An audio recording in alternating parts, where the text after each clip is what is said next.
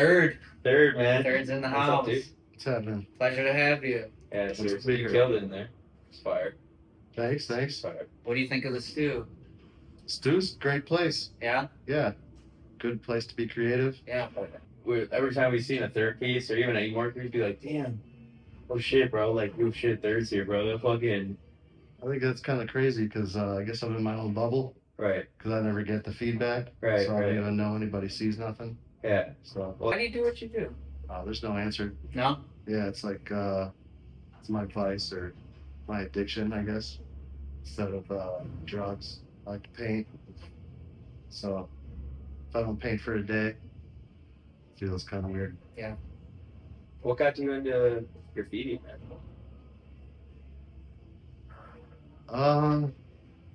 Guess shit, I don't know. I saw some graffiti in Chicago a long time ago, and I guess I was just inspired by what I saw. Thought it was the coolest shit ever. Oh yeah, that's it. You kind of graduated into just hitting trains, or what got you into the train game? Well, I mean, there's a lot of steps you got to go through before you just start hitting trains, Right. because you don't want to come across real toy. You know, I spent a lot of time painting in. I did skate parks, so I painted in skate parks a lot, and then chill like under bridges and shit like that would get gone over, and eventually you learn how to paint okay, and then somebody took me into the yard and kind of taught me the ropes, and that was better for me because when you paint the city, then you got to deal with a lot of the politics that come behind that. You know, people have painted there before, or you know, who you're painting with, and a bunch of shit I don't care about. Like the like beefs and just like things that this is kind of like can't really go over this person unless you got like a burner, type of thing like that. When you got a train, you got like a clean palette, clean canvas, right? I mean, a long time ago they were clean, but now there's a lot more writers painting and a lot of bullshit to go over. But yeah, you don't go over something that you can't burn. You know, there's basic underlying rules that I follow. Yeah. You know, like a throwy goes over a tag, piece goes over a throwy, end to end goes over a piece, whole car goes over everything. But you know, try to be respectful of the people that came before you, and you know your history, so you're not going over somebody that passed away, or just because it's faded doesn't mean that you should go over it. You know, you got to respect certain things. Yeah, I noticed that about you. You're a very respectful guy. Well, I'm just trying to do me. I'm not trying to go, get in anybody else's business. I paint because I want to paint. I'm just trying to paint better than the last time I did. Make something I like. I'm not trying to go for numbers. I'm just trying to go for quality.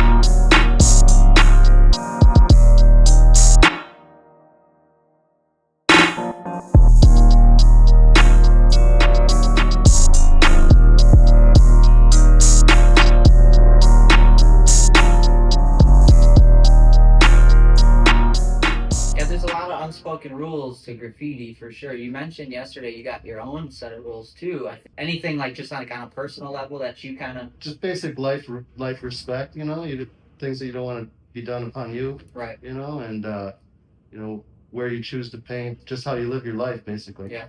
It kind of filters into everything. Where do you think your life would be today if you never started with graffiti? I don't know. I guess painting at home. Yeah. Painting on something. That's why I like painting. I've been into arts, I guess, since early grade school, so Okay. I can't really see a path without that. I can't. It's hard to imagine, and it'd be hard to imagine.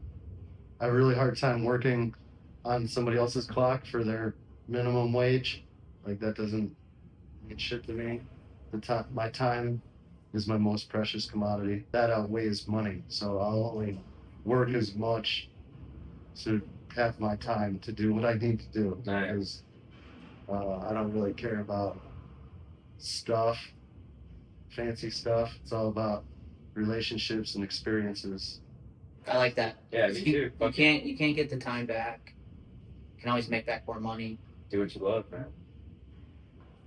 You try to make a lot of money, but you know, like it's a balance. Like how much time you put into that, you're taking away from having experiences.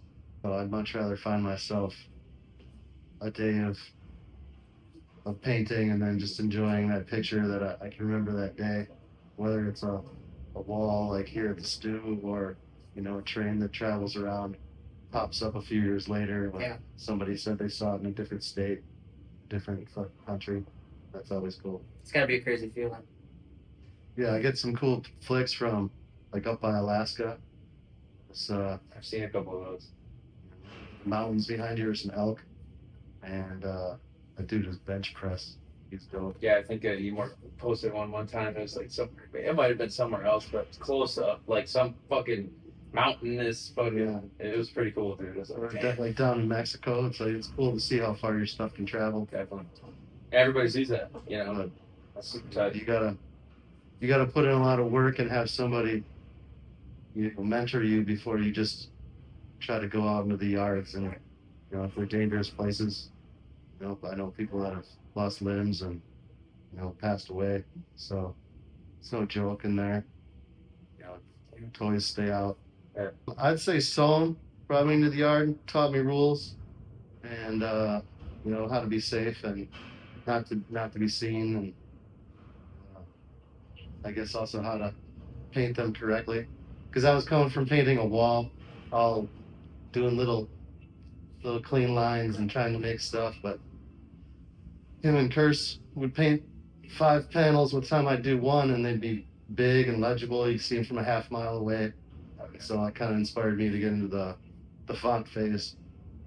You know, stop doing little toy shit and learn fonts, learn how it sits on a car correctly, get your colors right. 7 steps. You know, and then progress into trying to have your own letters. If you don't have a good foundation, then you're just gonna take a turn. You know, you can only shine up that turd so much. Yeah. Nice. So yesterday you were mentioning things about 7 steps. Is that like one of your rules too? 7 steps to your car. I never say anything about 7 steps. Oh, what's that? 7 steps to the seven. For the width of your Oh. piece. Yeah, you're training. I just measure shit. Yeah, That's yeah. just math. I thought you were talking about some program. No,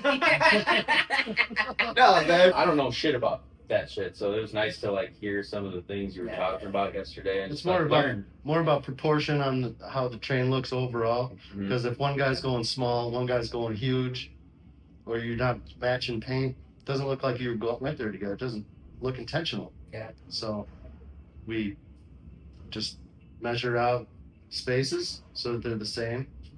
He was a tall fuck, so I got one milk crate. He didn't get one, and then we were at the same height, and our pieces would match, and that's what we were going for.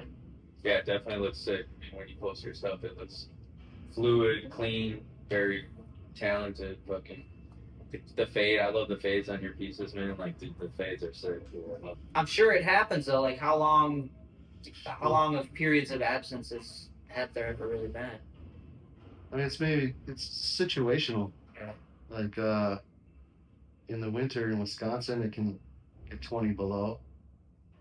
Kind of over that. I used to try to do that, but I'm kind of over that. So if it's like 3 degrees or less, I'm kind of gonna say no. I'm gonna stay inside because that's just kind of cold. Yeah. But if it's above 3, I'm down. 3 degrees. Yeah, I mean, it comes out a little bit wetter and not as gassy, Yeah. but you just deal with it. Plus, you get one in, so that's cool. And there's Yeah. no toys out there because it's Right. cold as shit. Yeah. So You don't have to worry about Dude, that. that is cold, man. That is cold. But you gotta have a cutoff at some point. Right. You know, I used to not until I realized like I was hurting so bad, questioning why I was doing what I was doing. 3 degrees is a cutoff. Your name's Third anyway, so it's Right. You know, you gotta pick 3 something, degrees, you gotta right? pick that It has to number, be man. somewhere, so Yeah. you gotta like figure that out. yeah. What's your definition of toy? Like, what's your definition of toy? Shit, I was just watching Totem talk on this, and he hit it out of the ballpark. It's more personality and how you carry yourself than just sucking at letters. You know, like it's more of an overall personality and how you live your life on being a toy. You know, whether it's being scammy or like getting over on close people of yours for the betterment of yourself, selfish reasons, you know, like shit's toy, and sucking at letters is also toy. Like if you got really bad structure and you're just trying to do a whole bunch of different colors that you bought to make it look like colorful, and you don't know letters, that's toy too. What if you have like a whole bunch of extras all over your thing? You can't even tell what the fuck letter it was. That's a toy. That's tough. Nice. You know, but there's also people out there that have their own style that comes out naturally. You know, that's not a forced issue. So I think it's more overall person. Right, yeah, hell yeah. Everybody's got to start somewhere. Yeah, definitely. I get pictures sent to me of my stuff from, ventures. Shit. Yeah, some old shit's kind of embarrassing. And it reminds me of just different stages of life that you go through. And company you keep, feel like I'm doing the same piece, maybe a formula over and over again, but through different days, you pick different colors. Maybe you got beef and you only want to do white and black. Things are really good, and you got a whole bunch of paint, a bunch of colors. Like kind of look back at different times of life, and it's kind of cool because maybe other people don't see it, but I do. Somebody sent me something of a time, and I was hanging out with some toys, and my shit sucked really bad. Put in that work to finally get something that you like. 1% of whatever I've done so far. So, Sick. It's like the curse of art in general. Do you consider graffiti art? no, graffiti to me is one's vandalism and one's art. And everything has different degrees of that. Painting at the stew, that's kind of just spray paint art, right? But if you're doing some sort of vandalism, that's graffiti. Let's talk about aliens. Yeah, Yeah. exactly. Where'd that Talk about come aliens, from? right? What is aliens? That's Aliens and Crew, I just started. I guess I've been thinking about it and putting it up for about 12 years, but just this year started making it an official crew, putting some people down. so that boat got washed ashore. Was that you that hit that, or somebody in aliens? Allegedly, I don't know. A mysterious alien. You got to just take that energy and be like, oh, people are seeing my stuff so much. Oh yeah. Oh yeah. It's making them feel a way. I don't care which way it makes them feel, Right. but shit, they're feeling something. Kind of just now I'm in my own bubble. I mean, I'm arty, obviously, but Yeah. people that are cool, obviously, like people come paint, whatever, that's fine. But there's some people out here, man. You're right. You got to build your own space, and you're doing a good job. Studio, you got a place to paint for others. That's gonna get you hated on in Milwaukee, but don't let that discourage you for what you need to do. There's other people that see that too, and you're inspiring other people to do shit. So, Thanks, man. We really do appreciate you coming to paint these walls. Honestly, it's an honor. It's an honor. thanks, man. Yeah. It was windy yesterday, so it was perfect time. Yeah, Hell yeah. and you killed the piece. Definitely kill. Nice. Thanks for having me.